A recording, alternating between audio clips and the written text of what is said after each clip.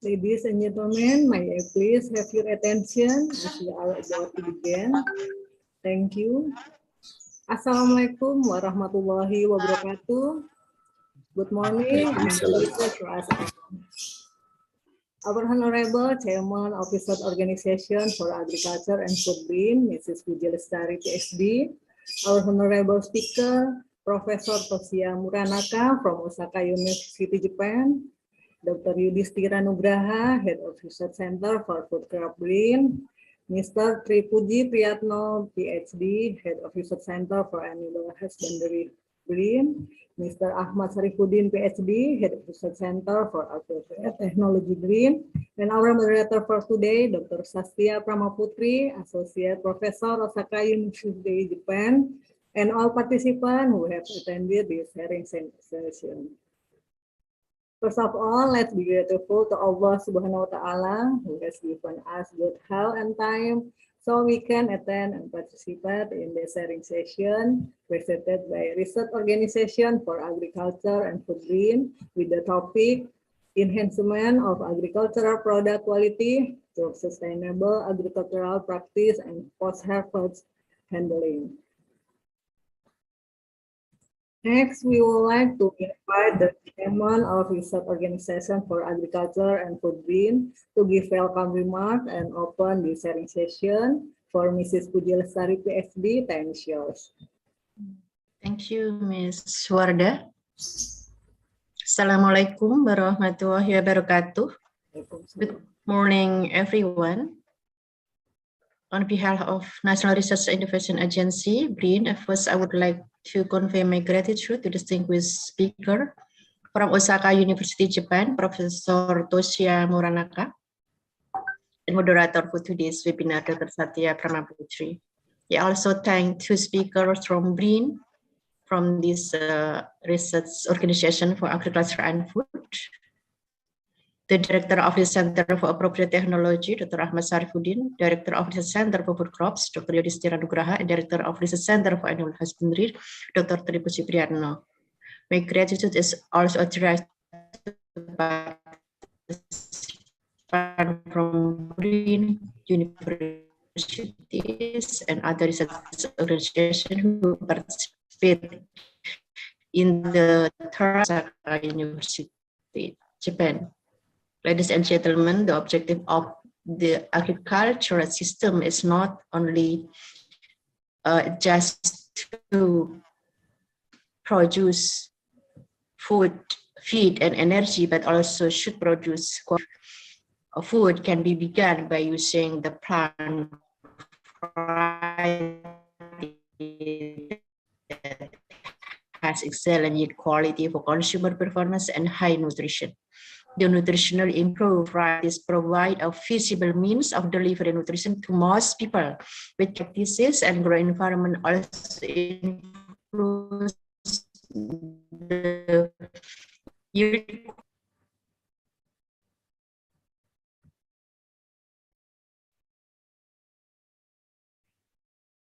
Hello, Mrs. Puji.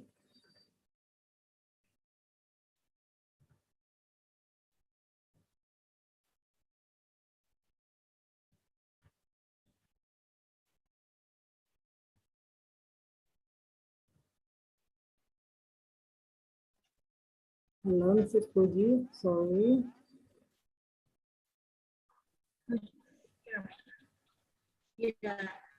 Yeah, sorry. Yeah, it seems there is a little bit the connection.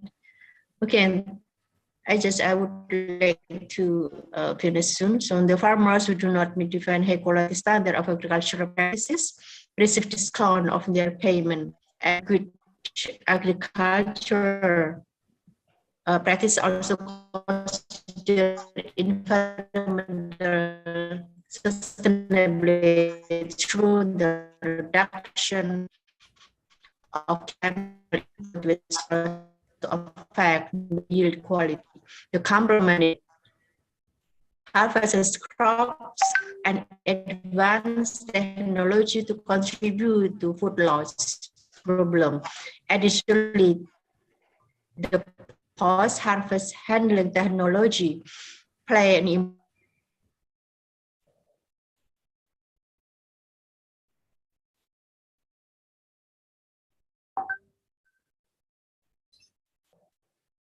Hello, Mrs. Puji.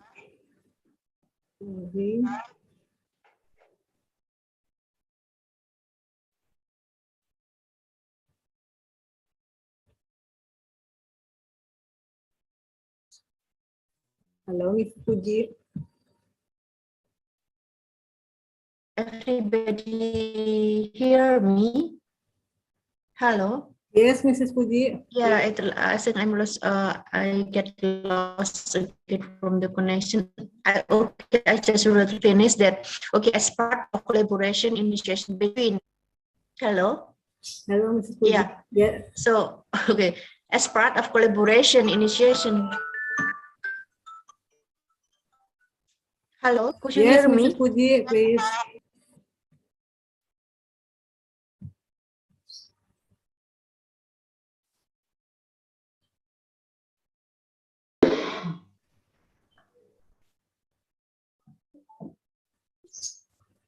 Hello, Mrs. Puji.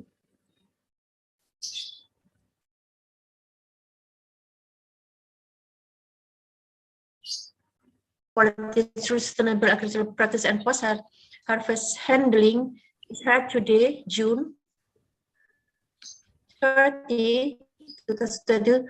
So officially, I open this webinar.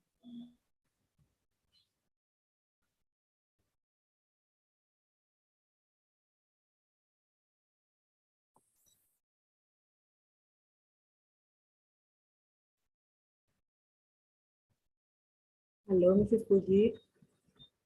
Sorry.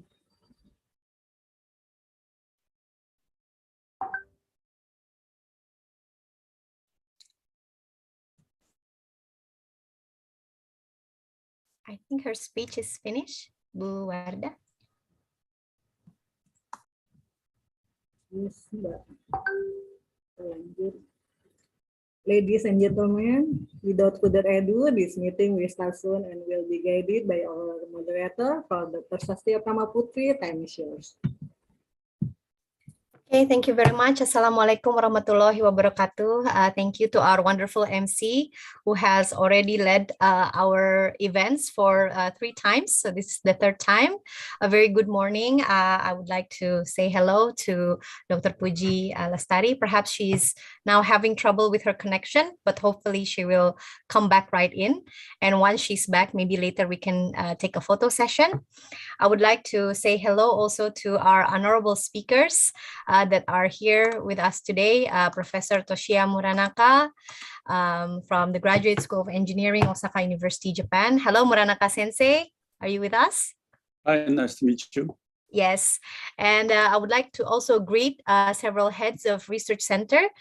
First off is Dr. Yudhistira Nugraha. Hello, Pak.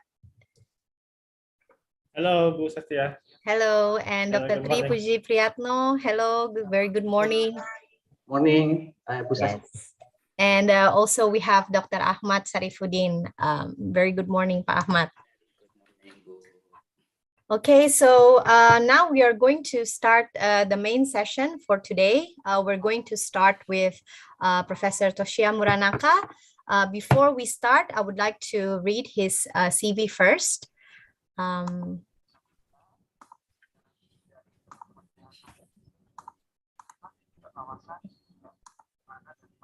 Okay, so Professor Thosiya Muranaka is a fellow professor from Department of Biotechnology. Muranaka Sensei's expertise is on the plant biotechnology, specifically on the engineering of many different kinds of plants. And the research focus in his laboratory is on the gene discovery using genomic information, metabolic engineering with a special focus on saponins in crops. And today he's here with us to talk about the development of genome editing technology in plants. As you could see here, his latest publications deal a lot with many different kinds of metabolic engineering of plants and to engineer the biosynthetic pathways of different plants in order to maximize the potential of plants using various different methods. So without further ado, I would like to give a chance to Professor Thosiya Muranaka to deliver his talk. Muranaka Sensei, whenever you're ready, the time is yours. Okay, thank you, Thosiya Sensei, to introduce me. So it is my great pleasure to show my research work. Okay.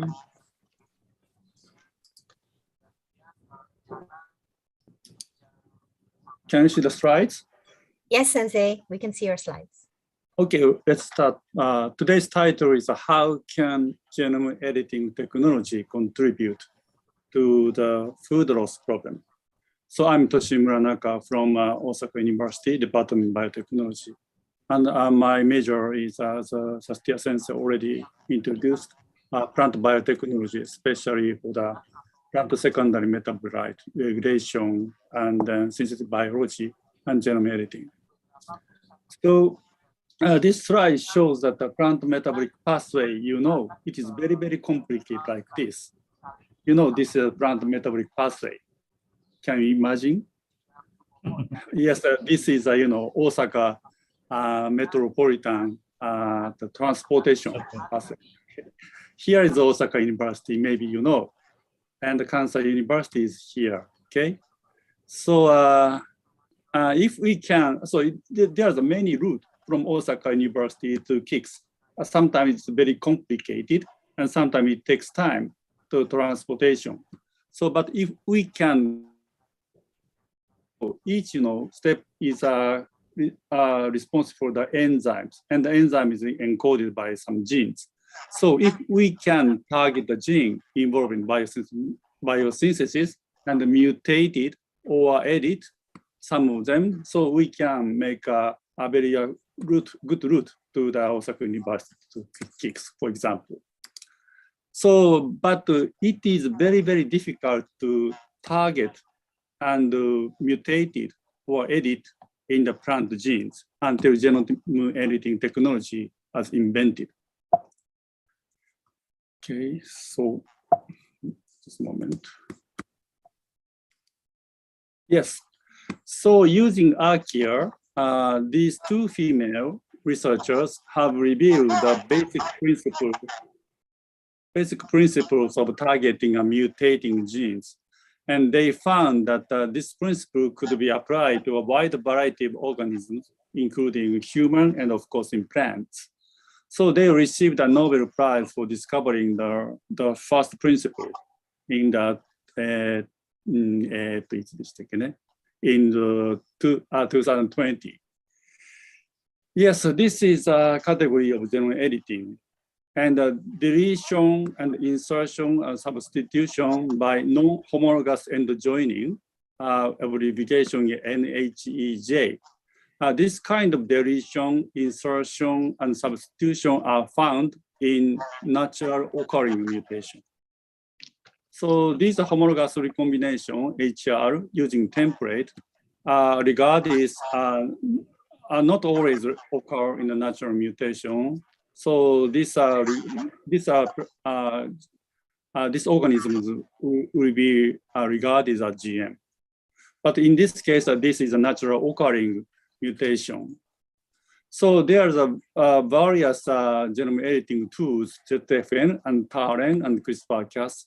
And most of you know that CRISPR-Cas are well known. So it is very useful and it is very easy to handle.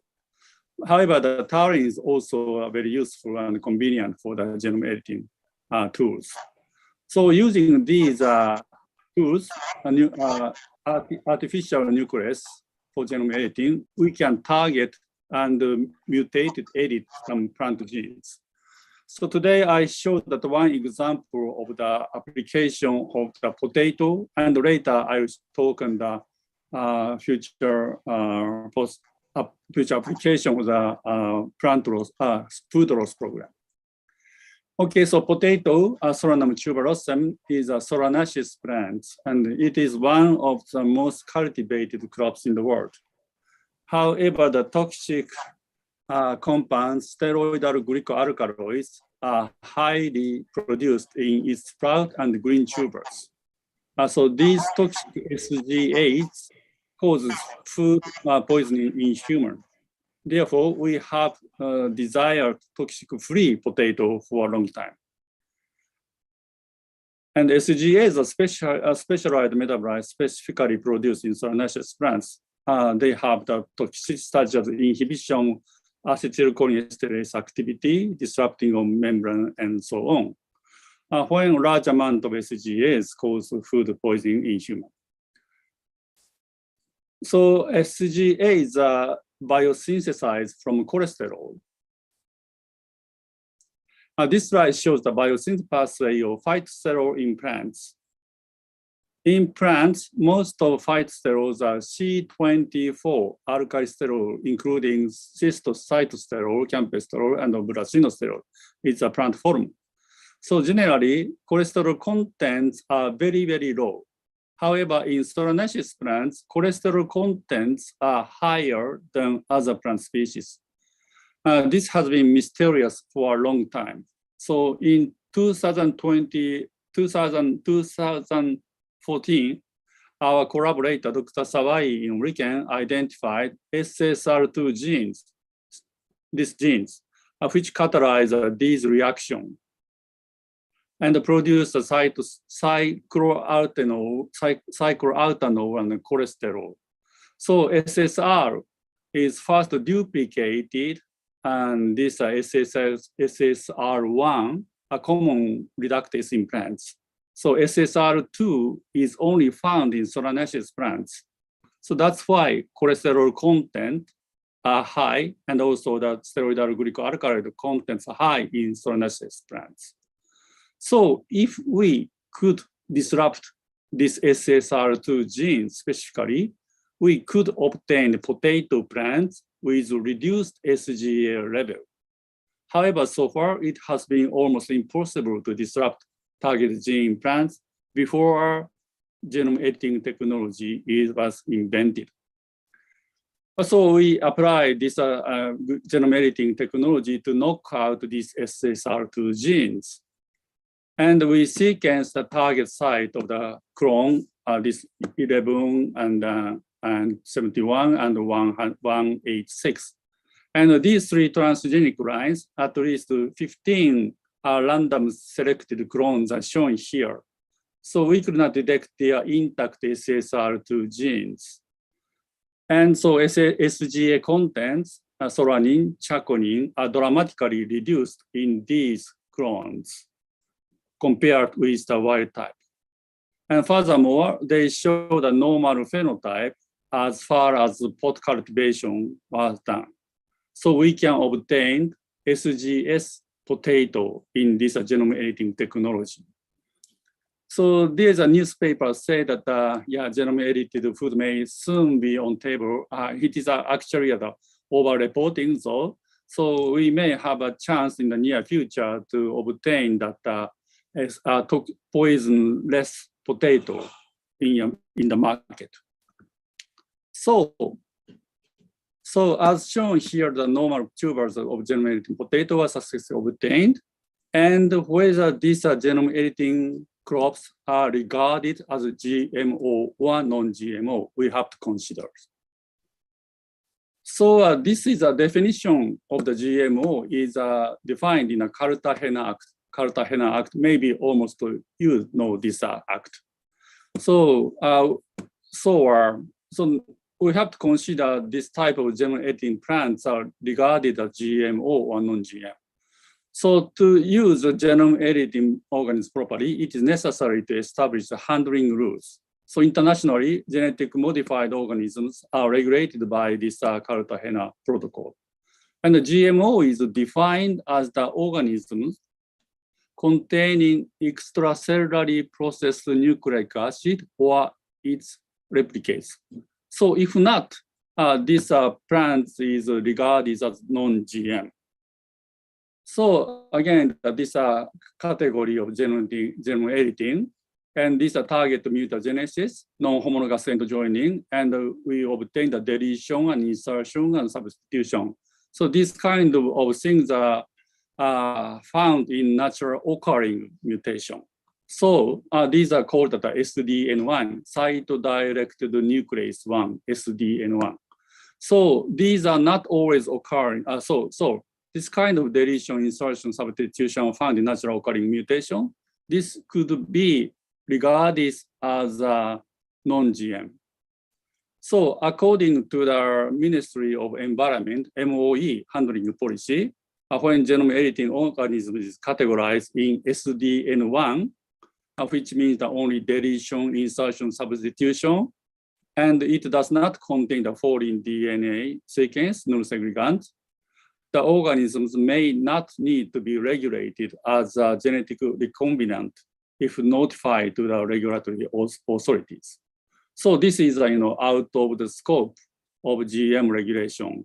So it is a rule in Japan launched in 2019, 3 years ago. So in our case, SSR2 disrupted potato, which have no foreign genes, are regarded as out of scope of GM regulation.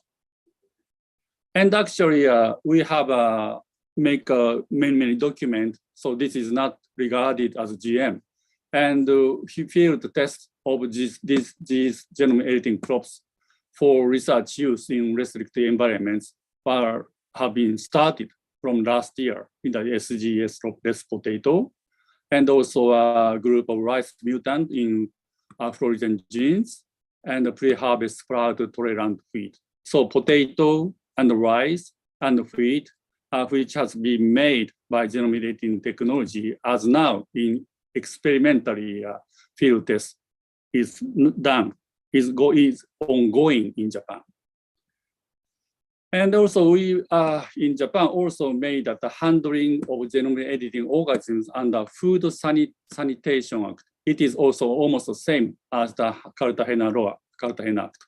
So if that the foreign DNA is absent from the final product and this one, and then this is out of the scope of GM regulation. So it is almost regarded as natural occurring mutagenesis. So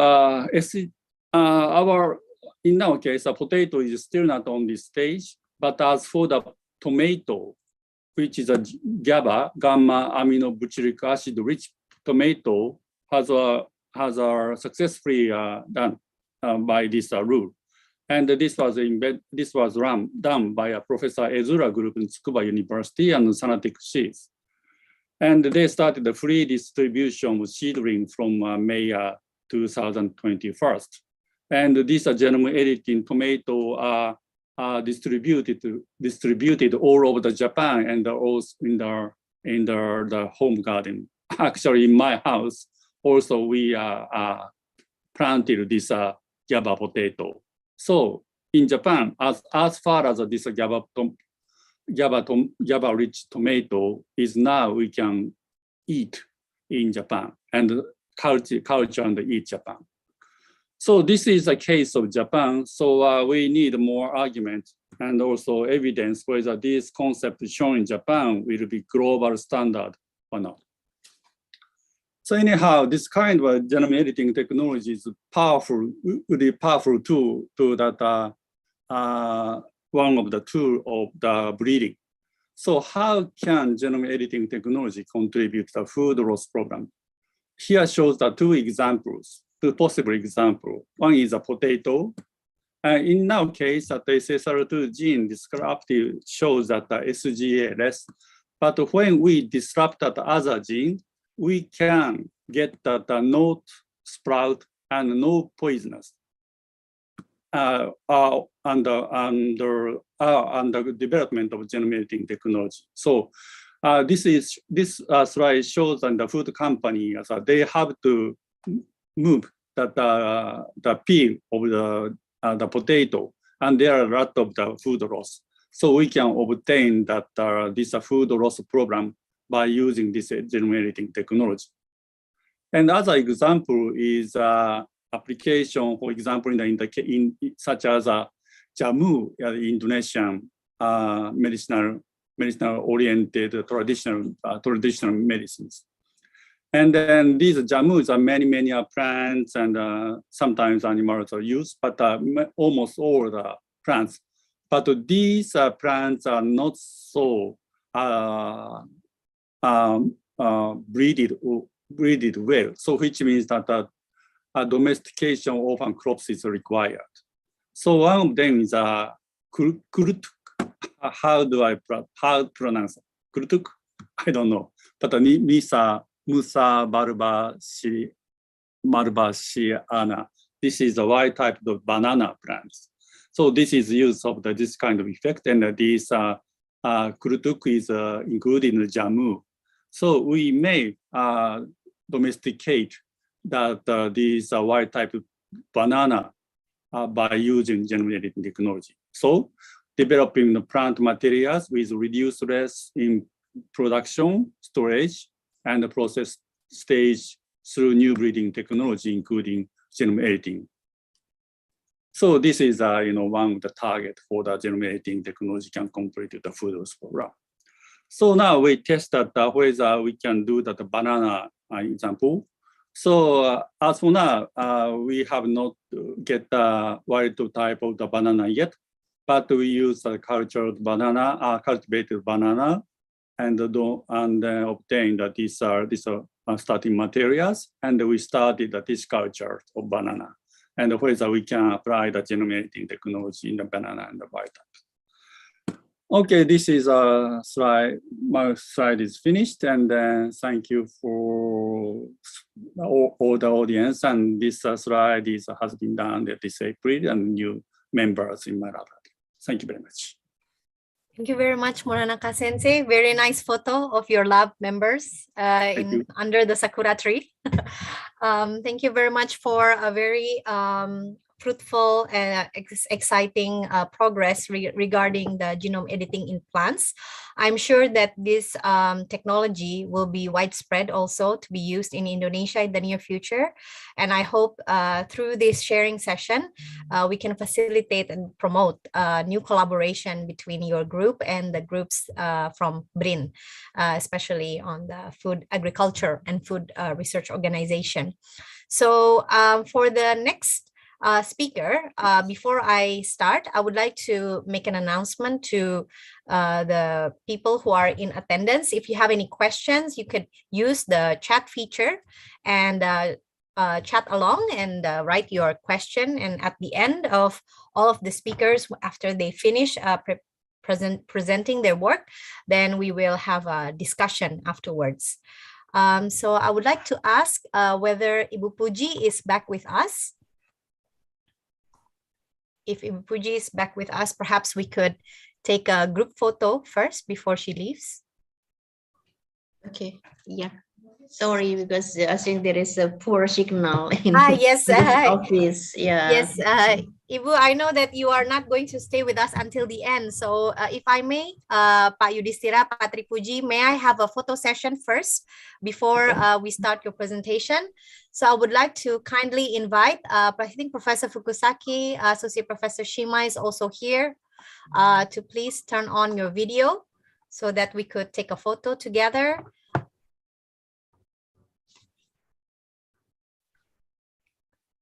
Slide 1.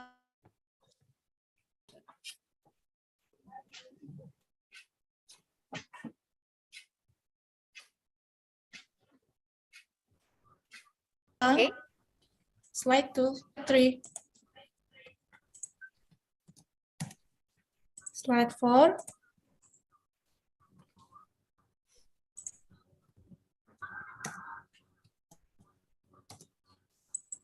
Slide 5.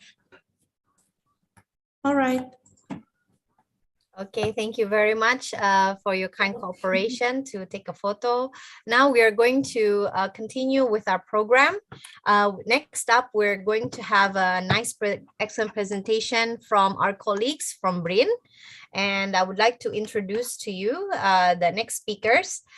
First off, Dr. Yudhistira Nugraha, the head of Research Center for Food Crops BRIN, Indonesia, will give a talk together with Dr. Tripuji. The CV I will explain later.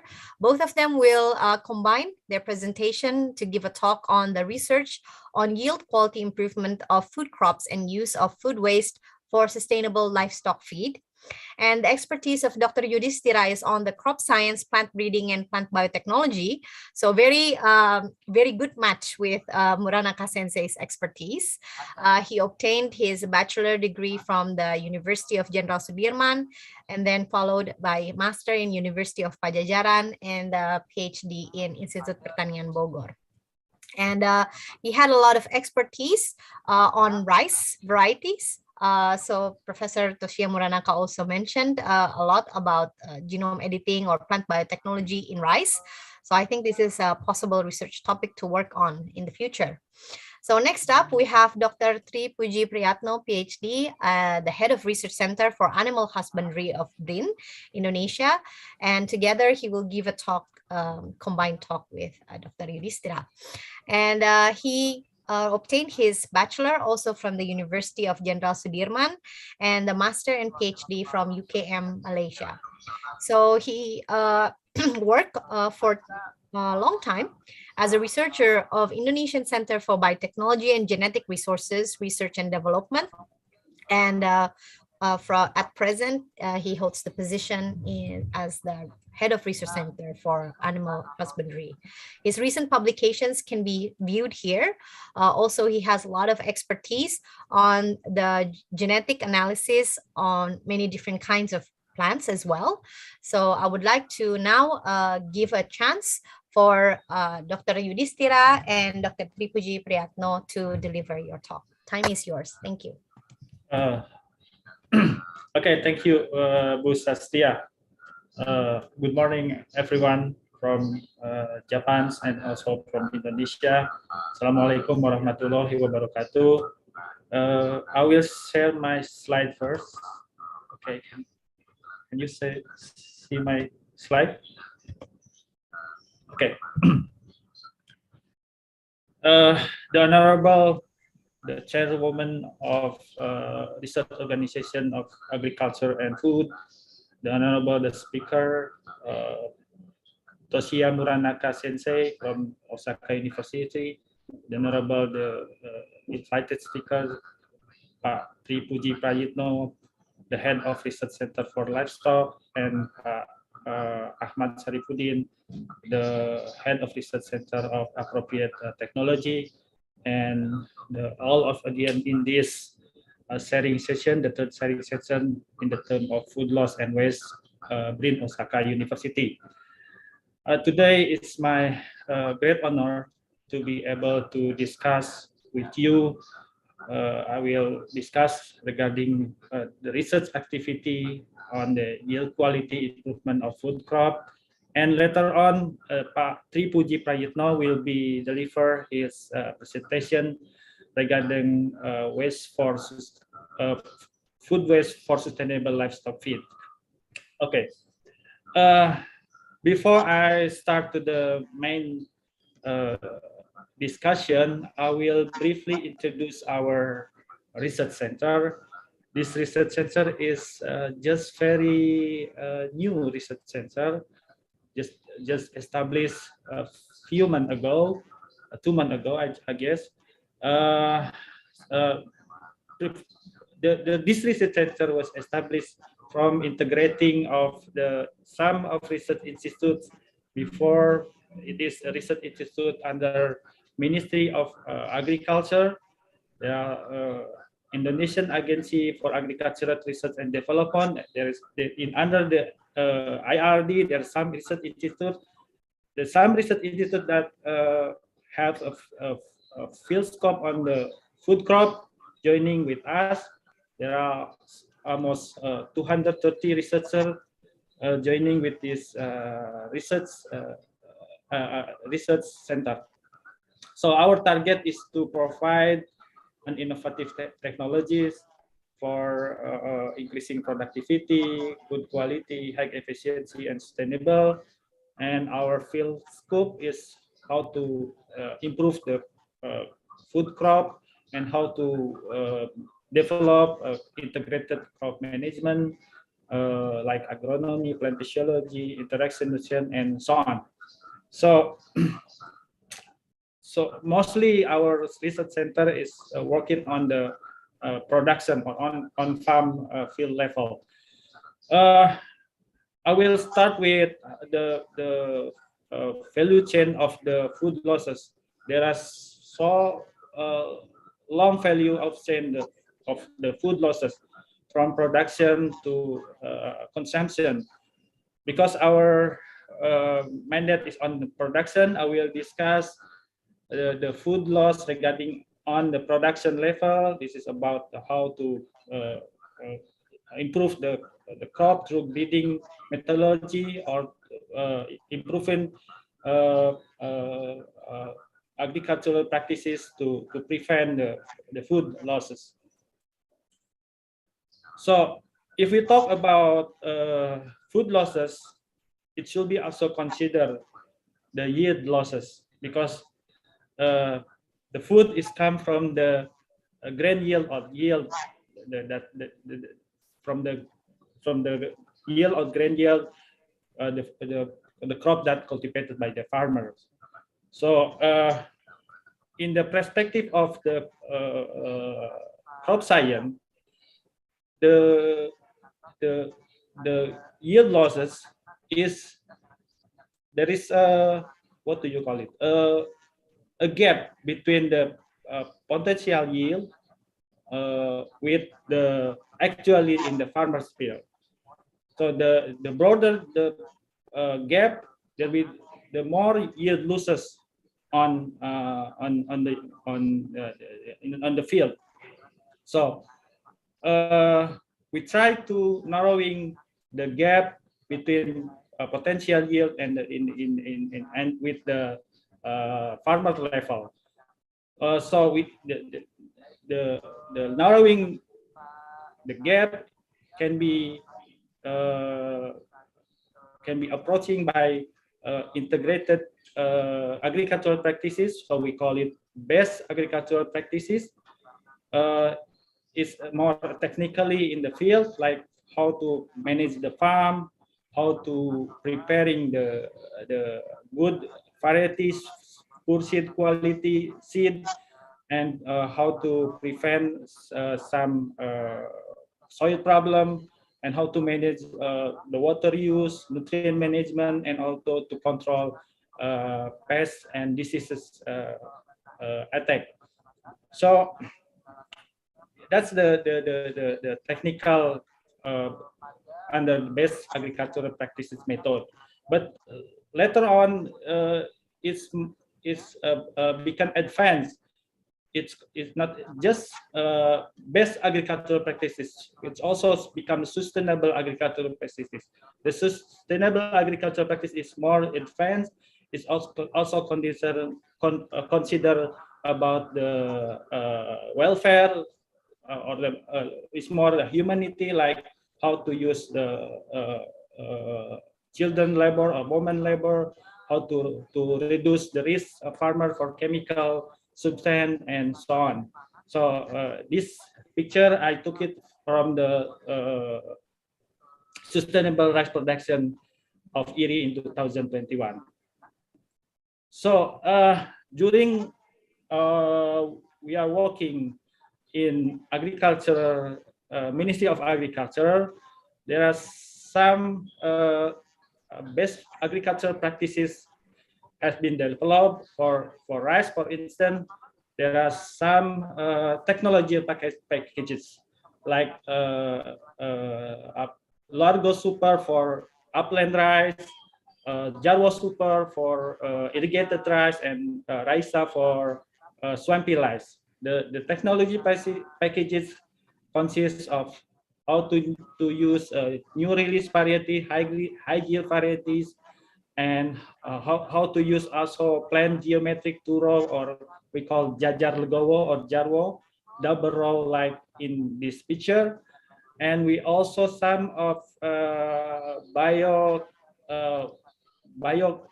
substance like decomposer, fertilizer, to minimize agrochemical use, and also what do you want, inorganic fertilizer. And we use also nutrient management using soil t-scat to decide the dosage of the fertilizer. And we use also bioprotector to control pest and disease. And also the most important thing, we use also machinery like atabela for planting the plant, and combine harvesters to harvest the grain yield. So those of agricultural practices, I think, still need to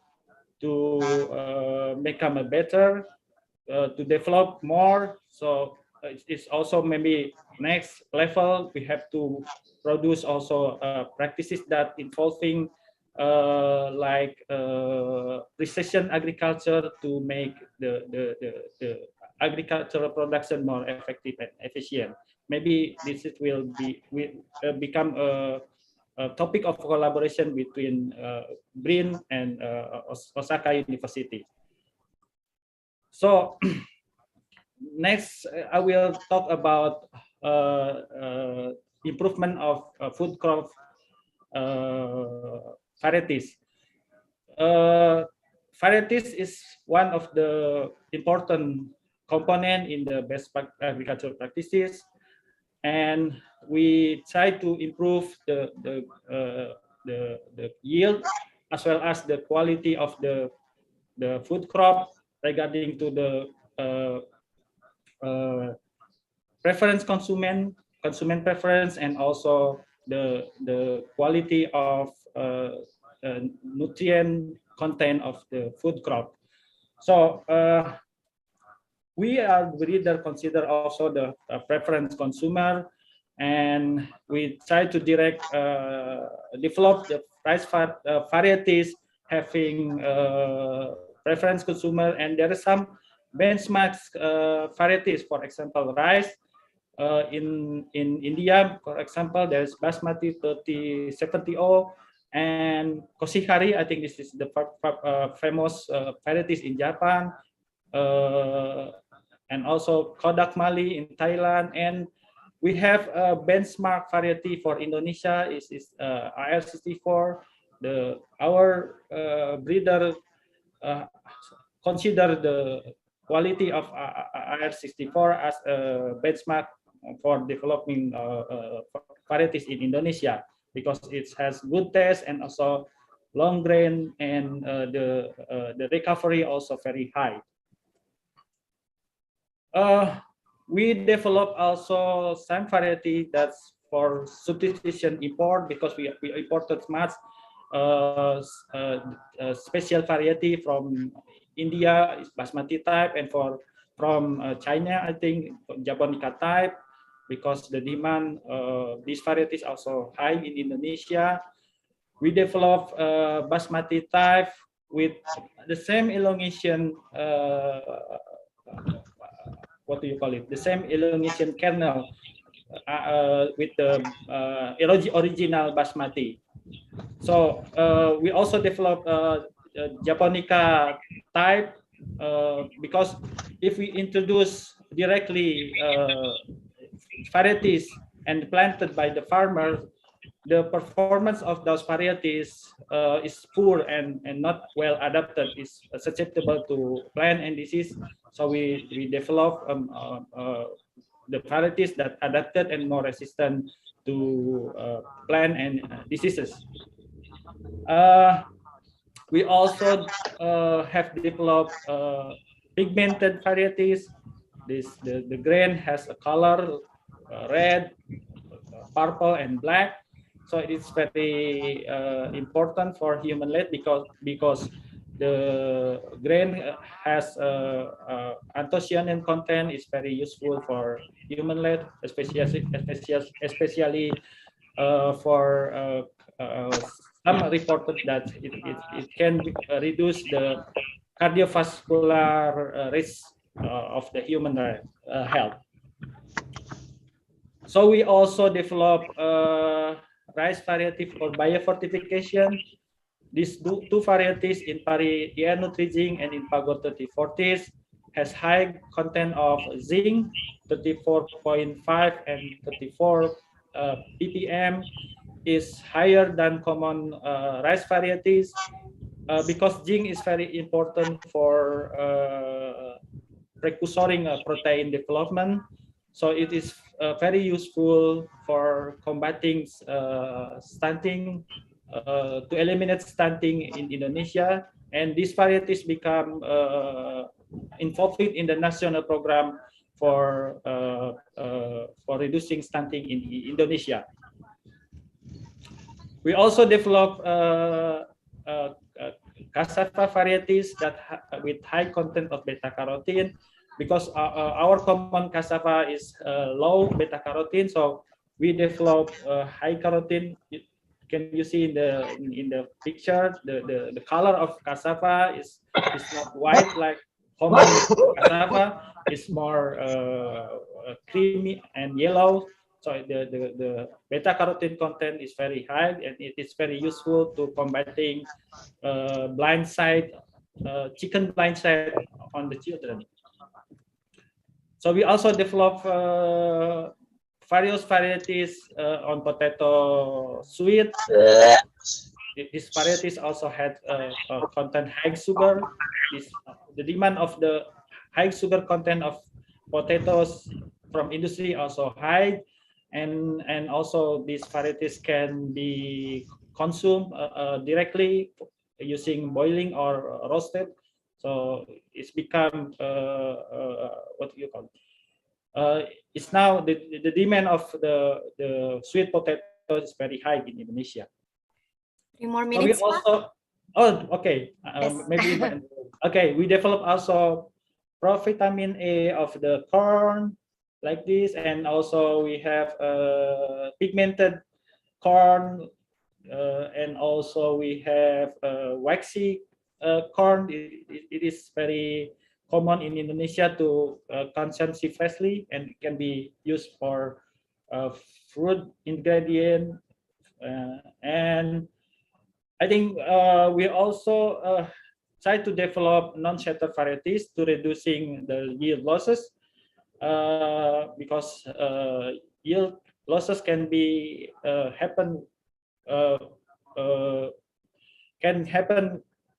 can causes by shattering in the field.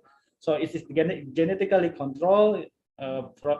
In soybean varieties is PSD1, and while in the rice is HA1. So some of the varieties like Patpati in Pari has shattering resistant, and with soybean is DETAP1, Magbin in FINA 1 and FINA 2.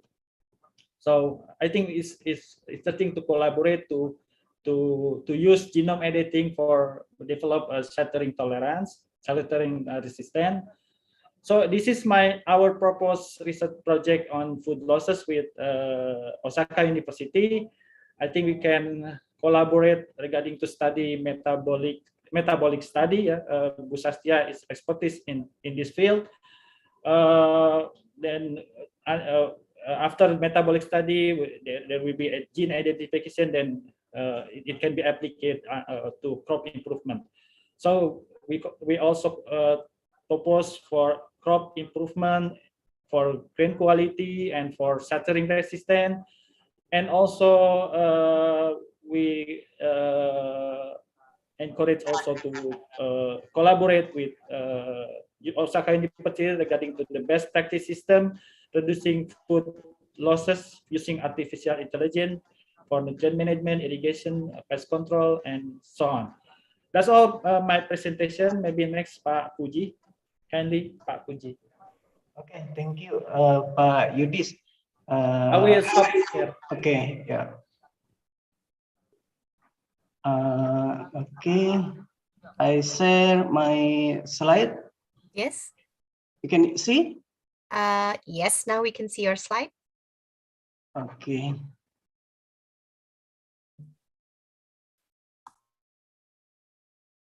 Okay. Thank you, Dr.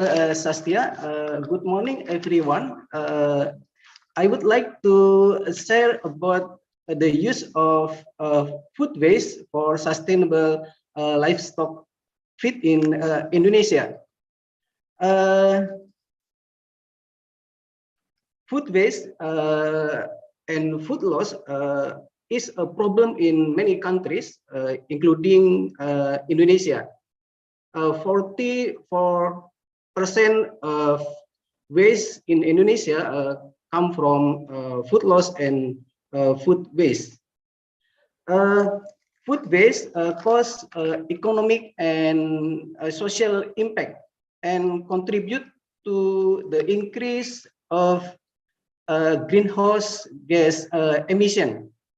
And also, Indonesia is also claimed to be the second largest food loss and waste producing country in the world after Saudi Arabia.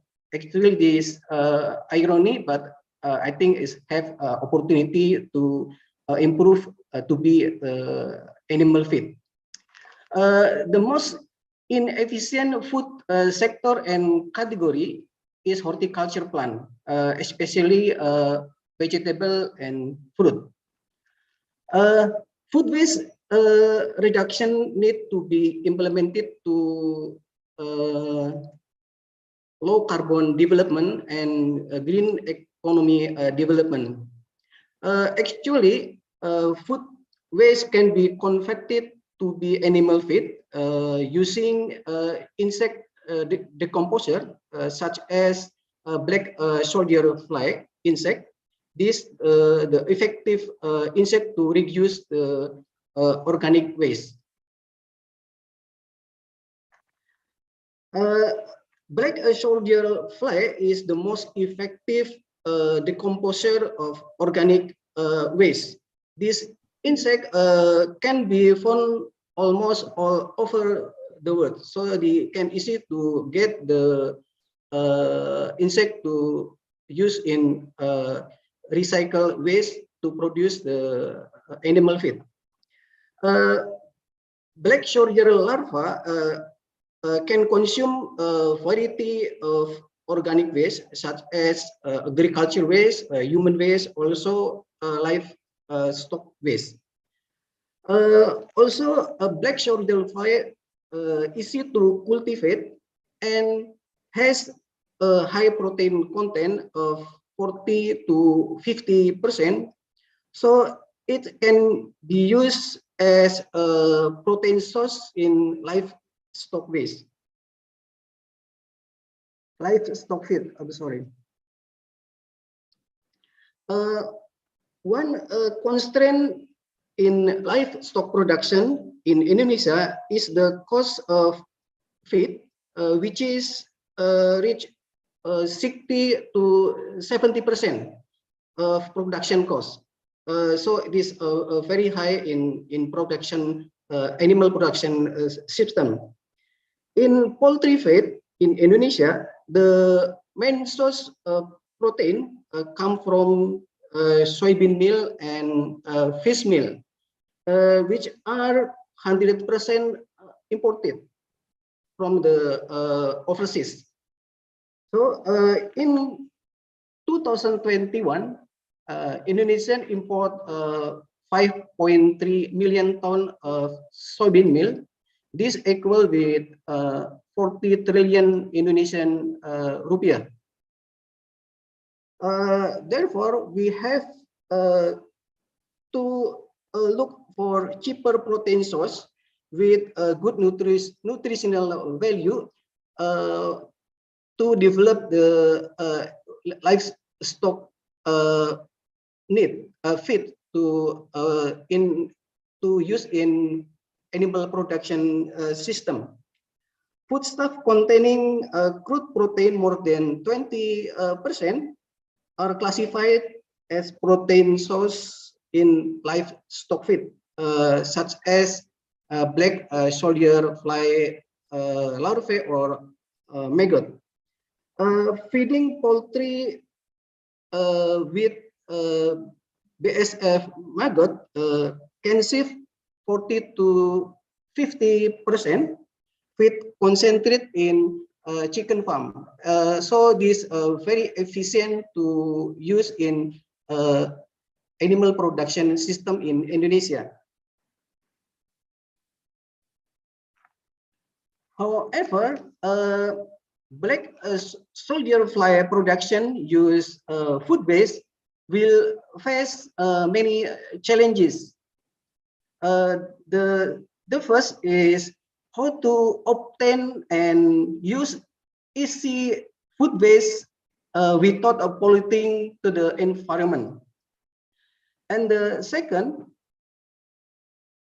food waste often to be contaminated with other waste, so it's difficult to obtain the standard quality of medium that can use to mass production of BASF. So actually, Indonesia has abundant palm oil waste. This more homogeneous, and this can use as medium to mass production black soldier fly. However, black soldier fly lack the ability to degrade palm oil waste due to the low nutrition. So to increase nutritional value in palm oil waste, we have to combine the food waste with palm oil waste to obtain the good quality nutrient for mass production of black soldier fly. And the next challenge is black soldier fly accumulate a very high heavy metal in its body, such as cadmium, chromium, and lead. So this is necessary to monitor the contamination heavy metal in body of black soldier fly and medium used in mass production of black soldier fly.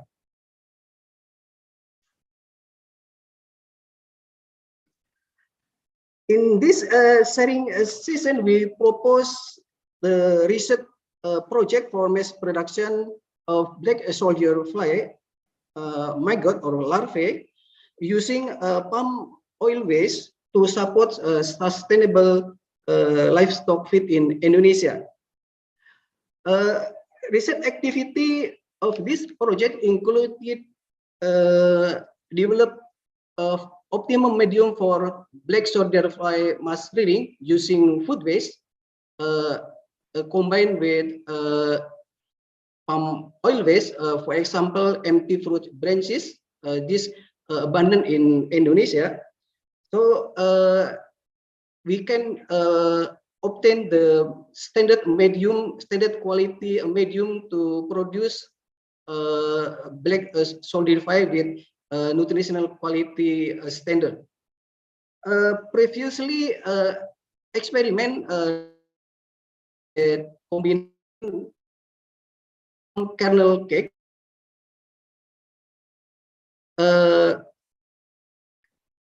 to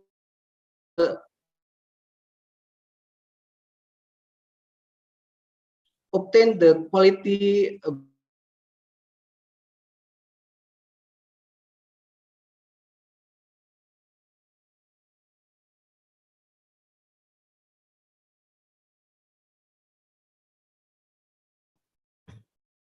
Dr. Tripuji?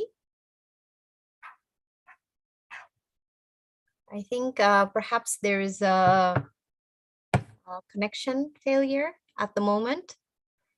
So I hope that we could come back to Dr. Puji. Okay. So I think he was at the end, almost at the end of his talk. So perhaps later on we could make a discussion regarding the proposed topic that will be discussed perhaps after. Dr. Puji, are you here with us? Dr. Tripuji?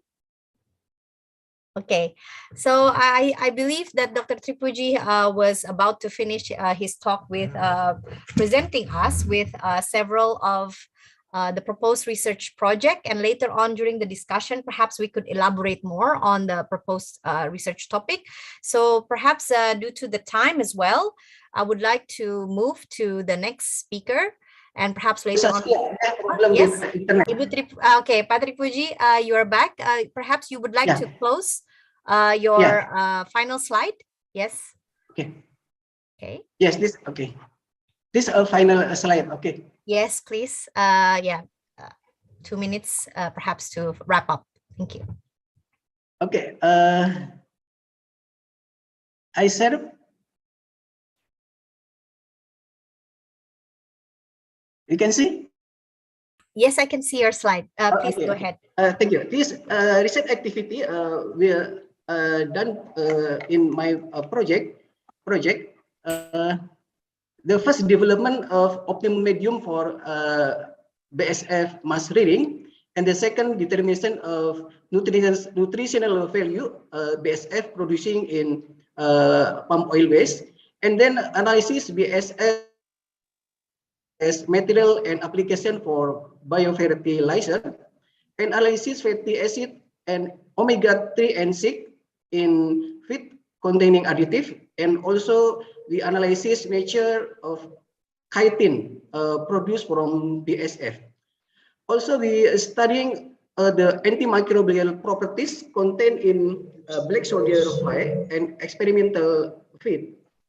Analysis anti-morgida population in the fermentation process of empty fruit branches waste from palm oil, and development feed concentrated formulation and application of feed concentrated formulation to poultry and fish cultivation. And the last is study to economic analysis of use maggot in livestock management.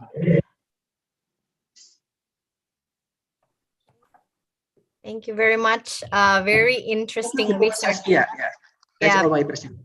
Okay, thank you very much, Dr. Tripuji. A very nice proposed research project, and I think it's very in line with the purpose that we would like to achieve through this collaboration, which is how to maximize food waste and how to reduce the problem of food waste and food loss in Indonesia, together with the collaboration between BRIN and Osaka University. Okay, so thank you very much for your presentation. I would like to remind everyone that our chat is open for questions. So please type your questions if you have any questions. Later on, I will read them right after the last presenter finished presenting his talk. The next presenter is Dr. Ahmad Sarifuddin, the head of Research Center for Appropriate Technology from BRIN, Indonesia, and he will be talking about the enhancing the quality of coffee and cacao beans. This is very close to what we're working on in Fukusaki Laboratory, also in my research group, and extending the shelf life of tropical fruits with appropriate technology, also very timely with what we have discussed in the first and second session of this sharing session series. His area of expertise is on the food process engineering. He obtained his bachelor degree from the Institute Pertanian Bogor and master and PhD from King Saud University, Riyadh, Saudi Arabia, followed by a PhD in Suranari University of Technology, Thailand. So he worked for a long time, I think, in the Indonesian Institute of Science. I think this is LIPI, and move when it was merged to become BRIN, and now holds the position as the head of research center. Many of his research topics deal with food process engineering, very interesting, how to improve the sensory properties and physicochemical properties of food as well through many different kind of food processing. Pak Ahmad Sarifuddin, the time is yours. Now I would like to give you the chance to present the last talk for about 15-20 minutes. Thank you very much. Okay, thank you, Bu Sastia. Ladies and gentlemen, Assalamualaikum warahmatullahi wabarakatuh. Good morning, and first of all, I would like to send my greetings to our principal, Dr. Yudhistira, Chairman of Research Organization of Agriculture and Food, and thank you, our Dr. Sastia Putri, our moderator, and all speakers in this webinar, Professor Thosiya Muranaka, Dr. Tripuji, and Dr. Yudhistira. In this webinar, I would like to bring topics of enhancing the quality of coffee and cocoa beans and extending the shelf life of some tropical fruits with appropriate technology. But before that, I would like to promote my research center for appropriate technology. We call it RCAT or PRTTG. And our research center was established in 1984. It was under Indonesian Institute of Sciences. And since September 2021, we officially integrated in the family of BRIN, or National Research and Innovation Agency. And our main task is doing research and development in the fields of appropriate technology to enhance the technological capability for small and medium enterprises. And we have 6 research areas from pre-harvest technology until post-harvest technology. And this is the business process of our research center under the BRINs. Because before we doing so many things, but now in the BRINs we are focused on the doing research in the field of appropriate technology. Meanwhile, the other tasks, for example, disseminating the appropriate technology to the community, has been assigned to the other units of BRIN. Okay, I will start from our perspective for the appropriate technology. We have different phases of appropriate technology based on the developments. If we talk about the appropriate technology in the phase 1, we're still doing manual things, and people consider this is a simple technology. But when we move to the next phase of appropriate technology, on the latest ones, we try to use many different approach to develop the appropriate technology. For example, we use different approach of economics, precision engineering, and we use IoT techniques or IoT technology.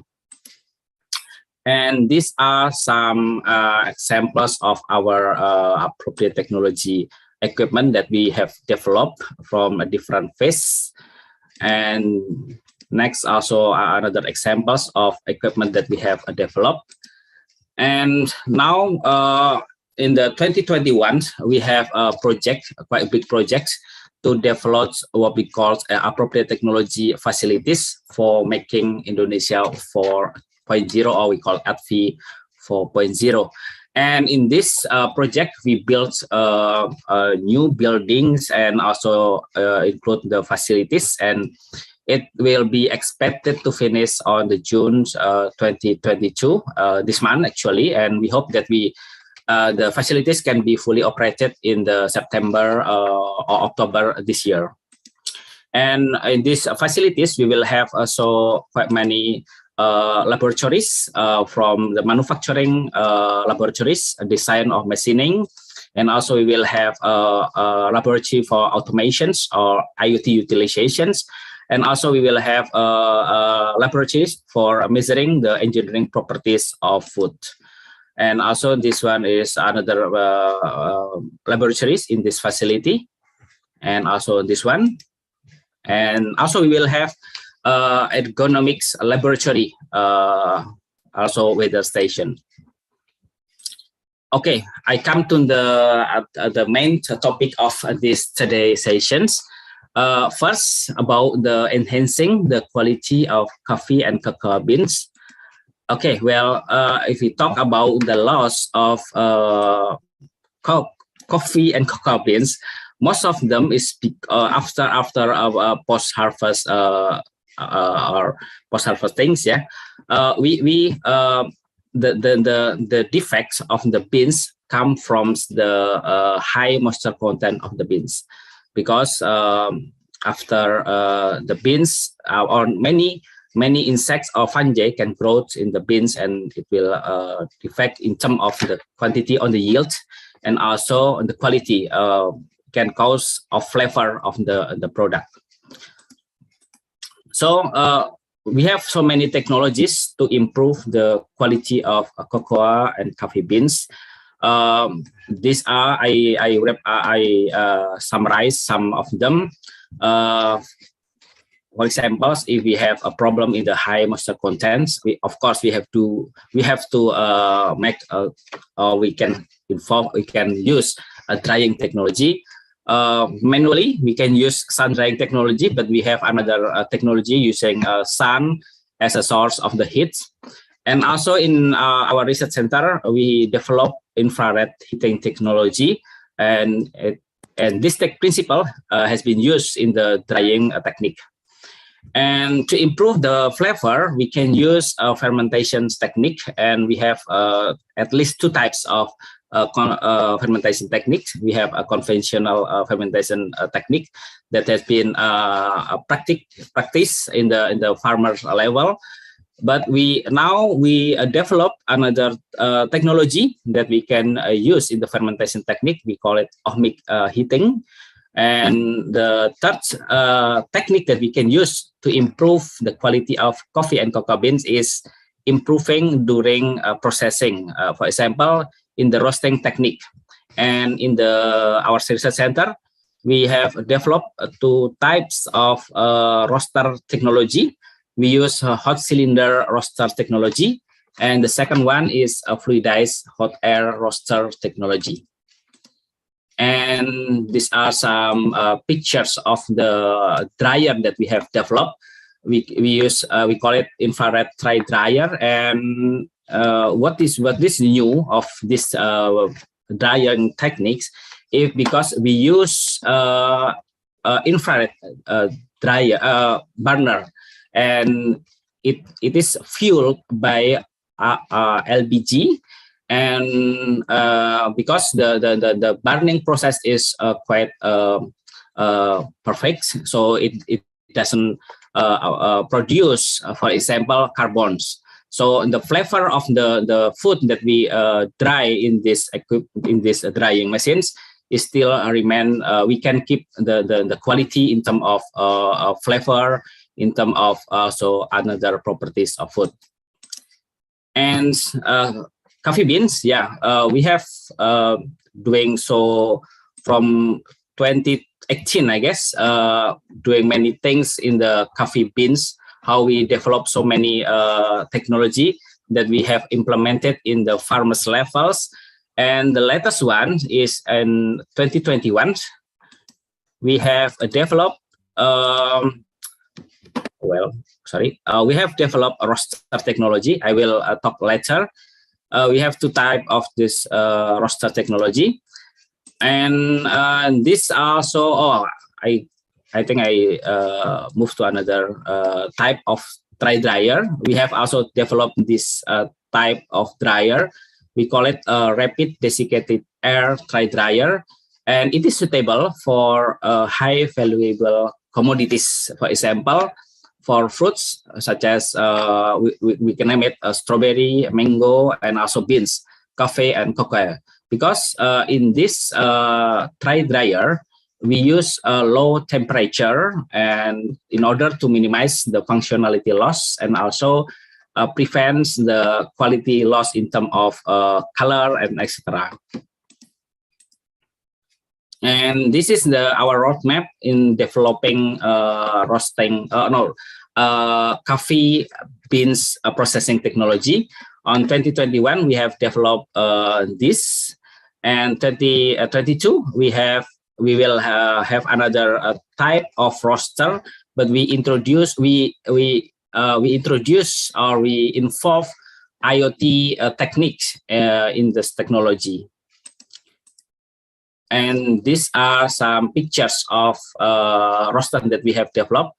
Hot cylinder coffee roaster with infrared heater. Also, this is quite efficient for small coffee and soaps because the capacity is small. So we don't deal with big things for a big industry, but we focus to provide technology for SME. And it's quite efficient in terms of energy also. And the technology has been licensed by this SME, Hinoka Alsindo Technique. And this is also another type of roaster roaster that we have developed, free dice hot air roaster technology. We have two types of this technology, version 1 and version 2. And the version 2 is quite convenient. And we also introduce IoT technology to monitor or to control the level of roasting, the roasting.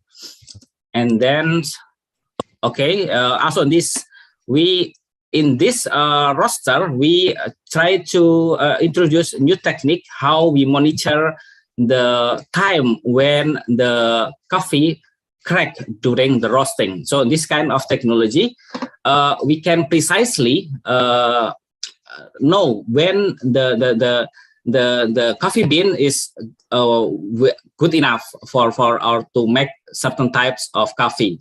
For example, medium light or fully light, something like that.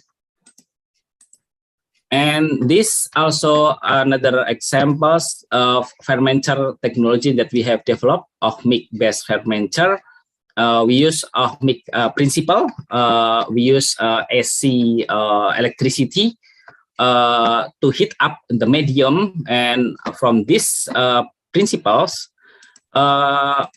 we can increase the temperature and the heating profiles is more uniform, and it is expected that the fermentation technique, the fermentation periods will be done more fast, because in the conventional fermentation technique we use usually 5 to 7 days, but by using this technique, the time for fermentation can be reduced only within 3 days.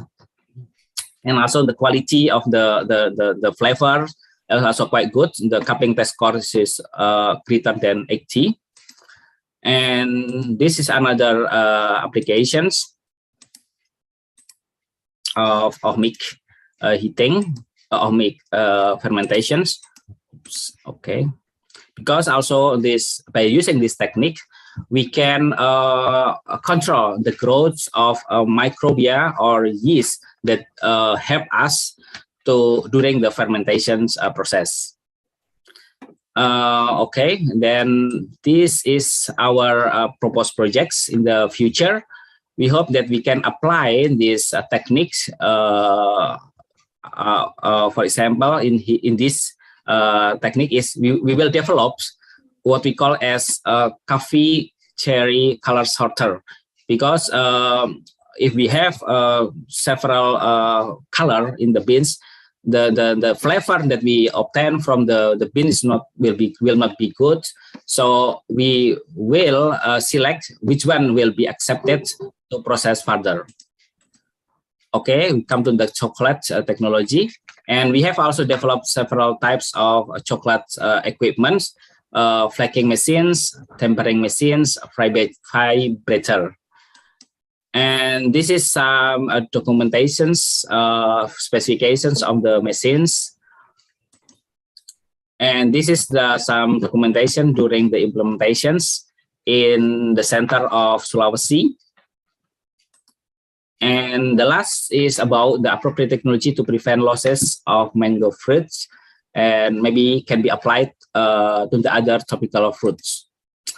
As we know that mango is quite popular in Indonesia also, and it is classified as a climateric fruits, and it is very perishable. So we have to apply technology to make the shelf life of this mango longer. We can use many techniques. We can reduce the metabolic activity of the fruits by using low temperature, and also we can use a coating technique to prevent or to reduce the metabolic activity of the fruit. This is the equipment that we have used, refrigerator and also coating technology that has been developed in the research center for agro industry. And we can also use regulating air compositions. We reduce the composition, the percentage of oxygens, and increase the percentage of nitrogen and slightly carbon dioxide. And this technique, we call it CAS or MES, control or modified atmosphere storage. And the third technique that we can use to extend the shelf life of fruit is to reduce the microbes and of insects and also inactivate enzyme. We can use pretreatments for the fruit. We can use hot water or hot air technology, plasma, and also ozone. And this is our research experience. And in this our research experience, we have done pretreatments, particularly in using hot water treatment, because we can use several techniques in the pretreatments, such as hot air, hot water, or irradiation. Also, we can use chemical compounds, such as synthetic reagent, also hydrocolloids, arabicum, etc. And this our research proof that the hot water treatment is quite effective to eradicate eggs of fruit flies, and it can maintain the fruit quality. So that because this pretreatment is quite simple, so we can recommend this practice at the farmer level.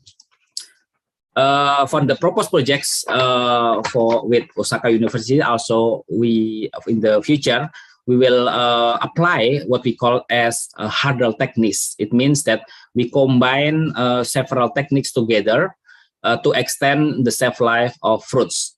For example, in the proposed project that the first proposed project is we will combine the CAS, control atmosphere storage, with cold plasma and also ozone technology.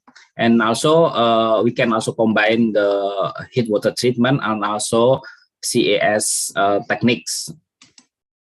And this some literature said about the control atmosphere storage to extend the shelf life of fruits. Okay, that's the end of my presentations. Thank you, Thosiya, and hope it is beneficial for us. And let us bring Indonesia to the era of 4.0, particularly in the fields of appropriate technology. Thank you, Thosiya. I give my time to you.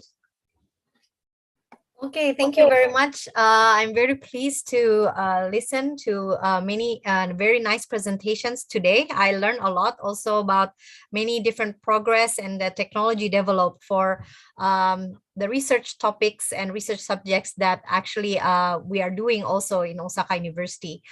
So now, as have been mentioned, we have already worked on coffee and cacao research, as well as mango research as well with BRIN. So very potential research collaborations we could pursue based on your proposed topics. And actually now we are open for discussion. I have many questions, but of course I would let the audience to convey their questions first, because we already have many questions from the audience. I would like to invite all of the speakers to join me again for the discussion. We have several questions, Muranaka Sensei. Now, the first question, I think this is a burning question, because you mentioned that genome editing is out of GMO. And this is in contrary to the public belief that genome editing is also a kind of GMO. But you have already made a presentation explaining what is considered GMO and how we could say that this part of genome editing is not considered as GMO. Could you please elaborate more on that? Yes, can I share the slide again? Yes, please, Sensei. Let me show that.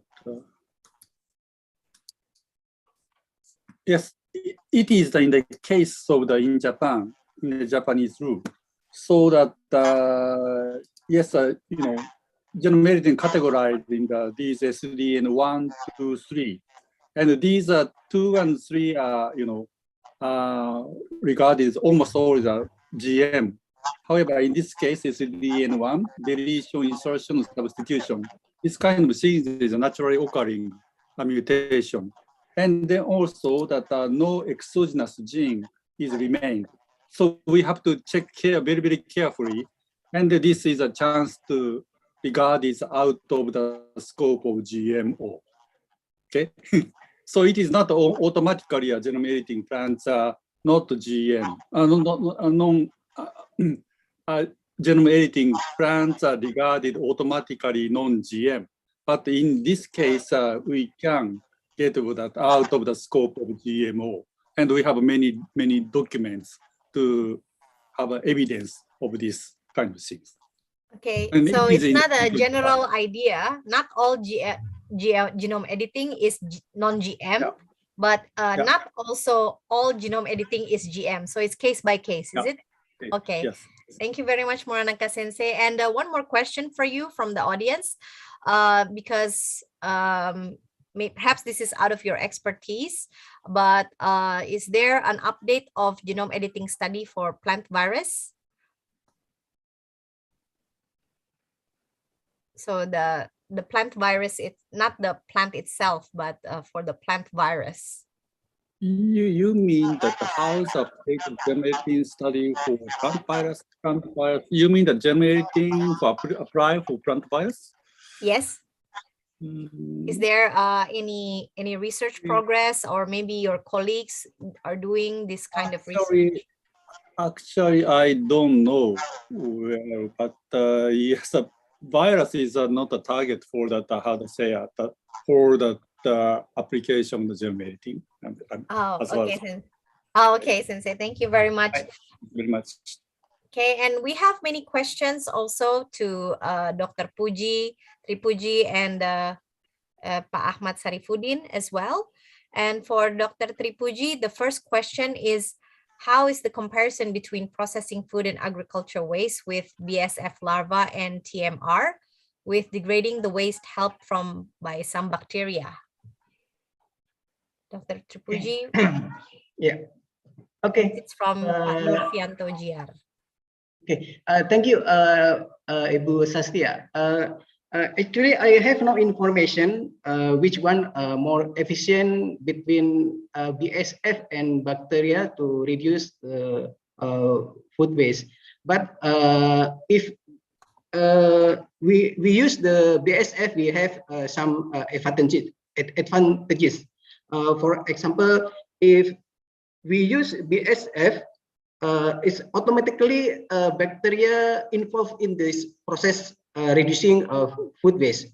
So bacteria can combine with BSF to faster degrading the organic waste. So this we can get the more efficient and without polluting to the environment. And also BSF secreted the antibiotic as antibacterial, for example, to Escherichia coli and Salmonella. These two bacteria is human pathogen. So this very important to reduce the bacterial pathogen that can influence to human. And the third, also BSF can use as animal feed. So this source protein for livestock feed that can the alternative source protein for livestock feed to substitute the soybean meal. I think that's my answer. Okay. Okay, thank you very much, Pak Tripuji. I hope this answers your question. We also have several questions to Pak Ahmad Sarifuddin from Professor Fukusaki, as well as our PhD students, Ibu Mbak Fitri and Mas Abi. So Professor Fukusaki, would you like to turn on your camera and discuss with Pak Ahmad Sarifuddin regarding your questions?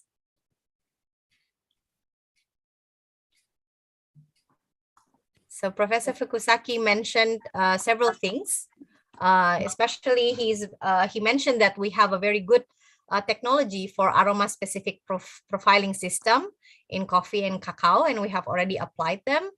And yes, Fukusaki Sensei is here. Please, Sensei, if you have any. Hello. So I'm very Hello, Fukusaki Sensei. So my first question is, you developed the very beautiful roaster, coffee roaster. So you mentioned the coffee roaster produced a very good aroma. So may I learn the exact mechanism to produce a good aroma? Okay. Okay, I try to answer the questions. Thank you, Fukusaki Sensei, because actually, if we talk about the maybe coffee in the world, only we know two types of coffee, Arabica and Robusta, right? Yeah. But you know that coffee is a good absorber. You know, if we grow in the specific area, it can absorb anything, everything in terms of environment. So during the maturity of the coffee, it absorbs, you know, flavors from the soil or from the environment, anything. So it's what's the area, it can produce a specific coffee in terms of it can produce aroma, something like that. Also, you know, during the roastings, many process happens. For example, what we call it as Maillard reactions. If you know, I think it's quite you know, Maillard reactions. Because in the Maillard reactions, during the reactions, sugar and protein and also another compounds is react together, and it gives specific flavor after the fermentation, after the roasting process. And also, in our research center, we developed several techniques of fermentations. As I mentioned previously, we use ohmic techniques, and also we can add some flavor during the fermentation process. So in our research center, we can produce what we call as winey coffee and also fruity coffee. It means that the coffee after the fermentation and after the roasting, it can give us the smell of the aroma of, for example, wine or some fruit, for example, jackfruit or any flavors of roses, something like that. So coffee is quite unique, and I think if in your lab you have developed you know, aroma specific profiling system, I think we can collaborate in the future to process or to produce specific coffee based on our experience also. Okay, thank you very much. Yeah, very long, kind explanation, but I'm not sure that I perfectly understand what you're saying. So my question is about the mechanical mechanism, machinery mechanism to produce a good aroma. Yeah. You develop the coffee roaster. Yeah, we use what we call Maillard reactions. Maillard, if you know Maillard reactions, because yeah, if Maillard reaction, it means that during the heatings, we in the coffee, because coffee consists of, for example, protein and also another compounds, you know, and if we roast, it can give many degraded compounds of this produced from these reactions, and it gives us the specific flavor after the fermentation, after the roasting process. Okay. Ahmad, I think Fukusaki Sensei would like to know what is the special point about your developed roaster compared to general roaster? Because you mentioned in your slide, your roaster can produce specific aroma. So we know the mechanism of the common roasting process, how flavor is generated. But for example, what is the unique point, the mechanistic development of the roasting machine that you develop in your institute? Oh yeah, because this is regarding the heating techniques, Bu. In the first machine that I have mentioned, we use hot fluidized hot air techniques. So it means we introduce hot air. So the heating is facilitated by hot air because the air is contain, you know, a high amount of, for example, oxygen or nitrogens or another gas. So this gas also involved during the roasting process. And the second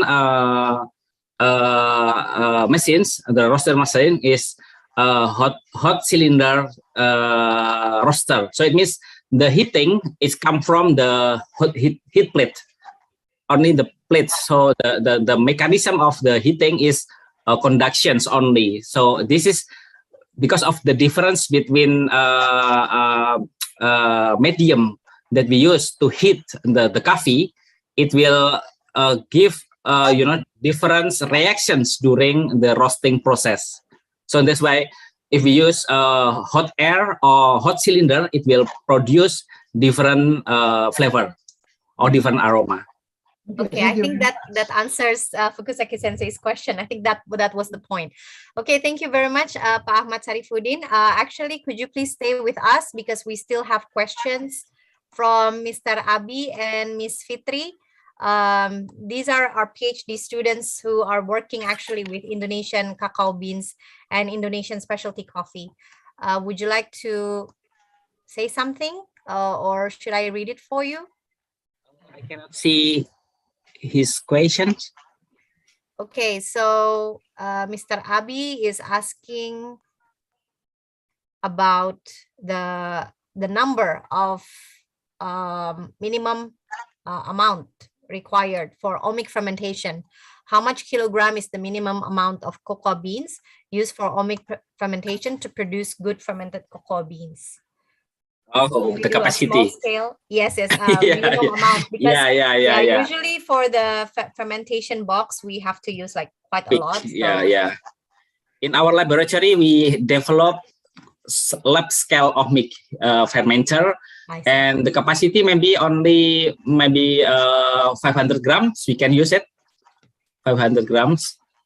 Okay, so this is can be like very small scale fermentation. Small scale, yeah, very small scale. Have you already considered to like whether this kind of omic fermentation can be applicable for large scale? Yeah, I think it's possible because in the future, because actually the technique is not that difficult. We can scale up the technology. For example, in the farmer levels, we can have capacity. For example, maybe like 1 ton, for example. Or 100 kilo, for example, we can scale up the technology. Okay, so I think similar question from Fitri was also asked about the volume of fermentation chamber, but she is also interested to know what kind of coffee parts that we should use in the chamber in case of coffee. Is it the coffee cherry or the pulped coffee? For the omic fermentation, do we put the coffee cherry or after the pulping?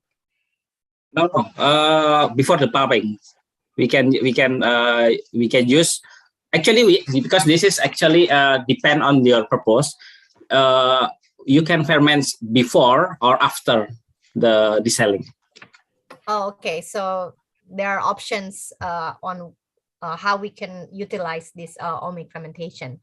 Okay, I think this is quite interesting also to see and compare how is the metabolome profile when we use the omic fermentation and the natural fermentation, for example.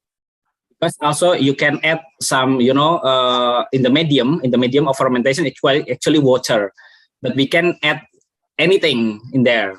So this also will influence the results of the ferment of the coffee beans.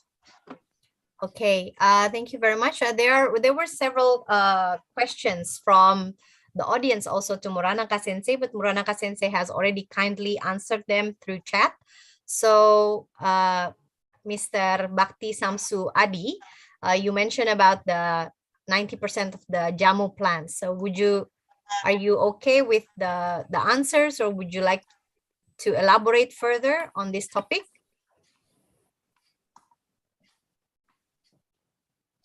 Yeah, I have already answered in the chat, but yes, the plants recorded in jam is how to say, not well domesticated. It's like a weed. So imagine the crops. The potato is very, very big, but the white potato is very small and a bitter taste. So we may have a chance to to change the the trait by our genome technology. This is called the domestication. Okay. Okay, thank you very much, Muranaka Sensei, for elaborating. Yes. Okay, and Fukusaki Sensei has an additional question to Pa Ahmad Sarifuddin. So he mentioned about there are many different kind of factors affecting the quality of coffee and cacao. Because we did a lot of research also regarding this quality improvement of coffee and cacao. For example, for the variety, cultivation method, post-harvest, post-fermentation. It's actually a quite difficult question, but what do you think is the most important factor among all of these variables to determine the quality of coffee and cacao beans? Yeah, thank you, Fukusaki Sensei, because actually coffee is quite unique. In my opinion, all of these steps, all these steps is important to determine the quality of coffee. But maybe if you interest, maybe you can invite the researcher of this technology to your university and do maybe his PhD, because he is still a master degree. So I think maybe he will very happy if you invite him to your university. Thank you very much.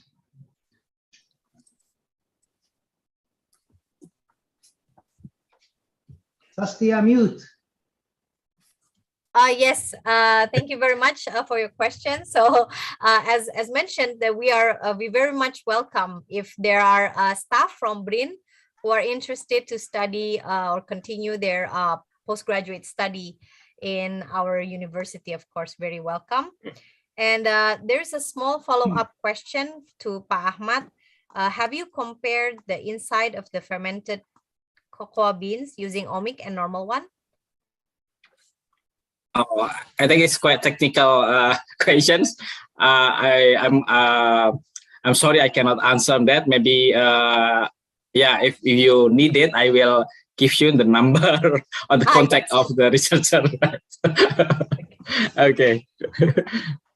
Okay, very well. Thank you very much. And I have a question also to Pa Yudhistira from my side. So based on the yield quality improvement of food crops that Pa Yudhistira has already mentioned, and also to consider the best and sustainable agricultural practice, he mentioned there are many different kinds of food crop grain quality through breeding. What would be the direction that you think is most important for us to work together? You mentioned, for example, metabolomic study to determine consumer preference and best practice system using artificial intelligence. So is there any application already using artificial intelligence to apply in the agricultural field in Indonesia at the moment, or this is still a plan? Yeah, yeah. Regarding to the application of artificial intelligence, there is some research ongoing on that.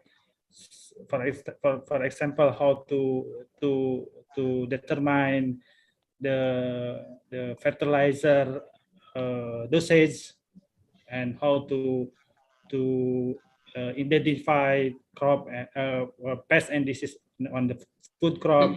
This is on progress. We just develop what do you call it? Layanan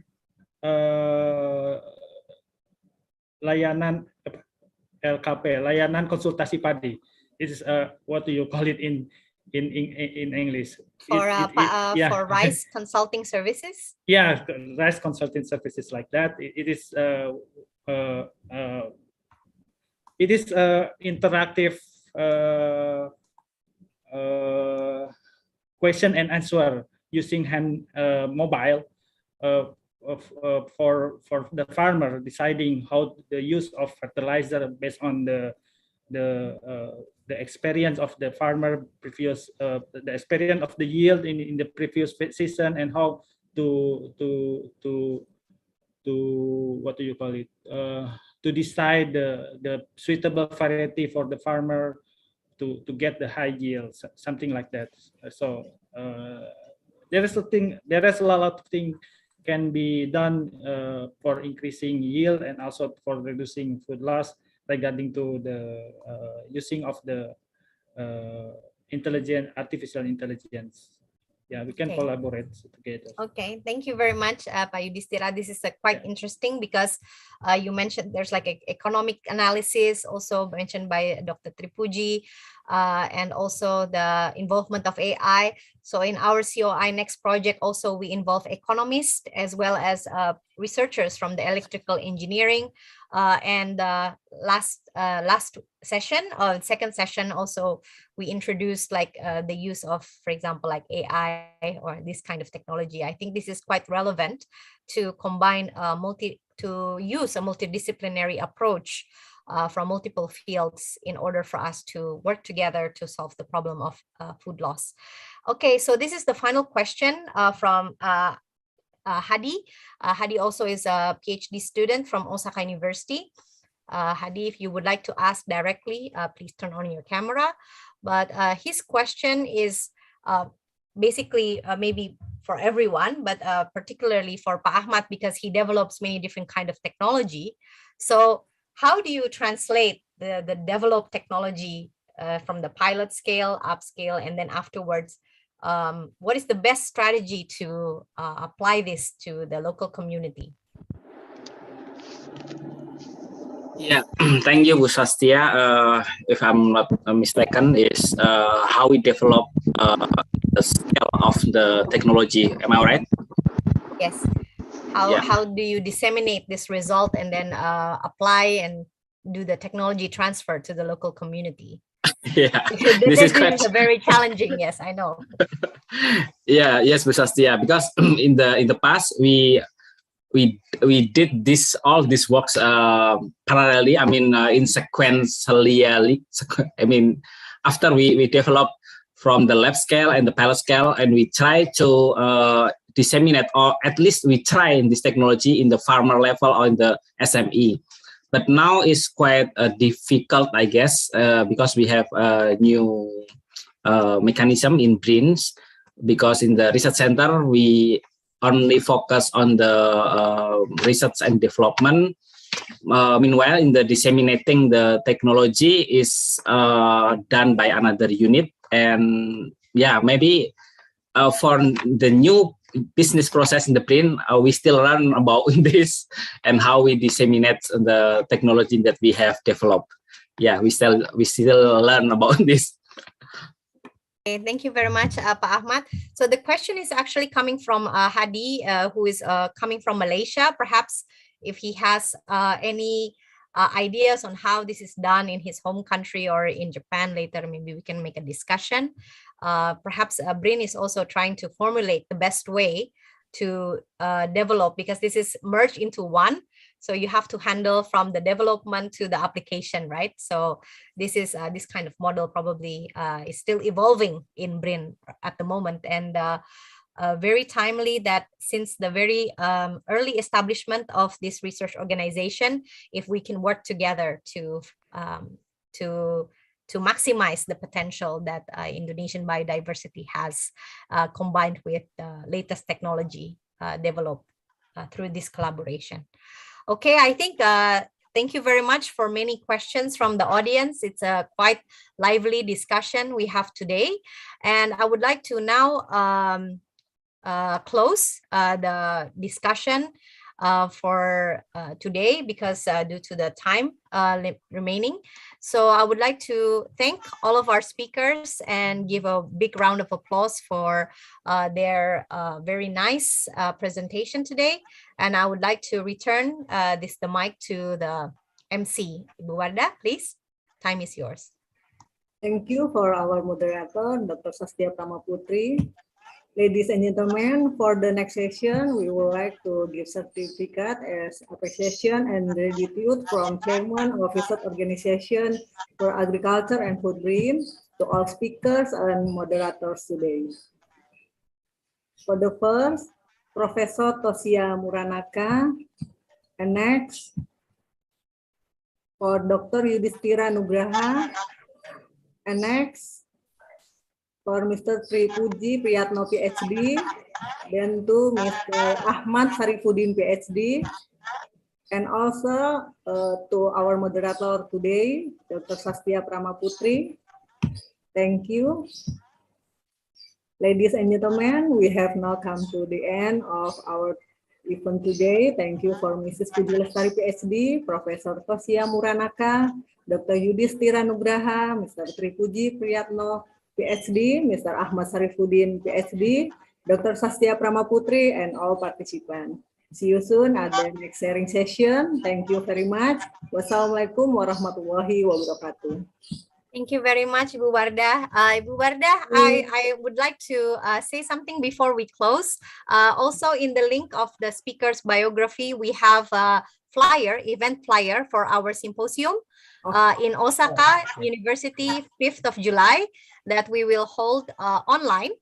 So I hope the folks attending here can see our event flyer that is available through the link that is already being given above.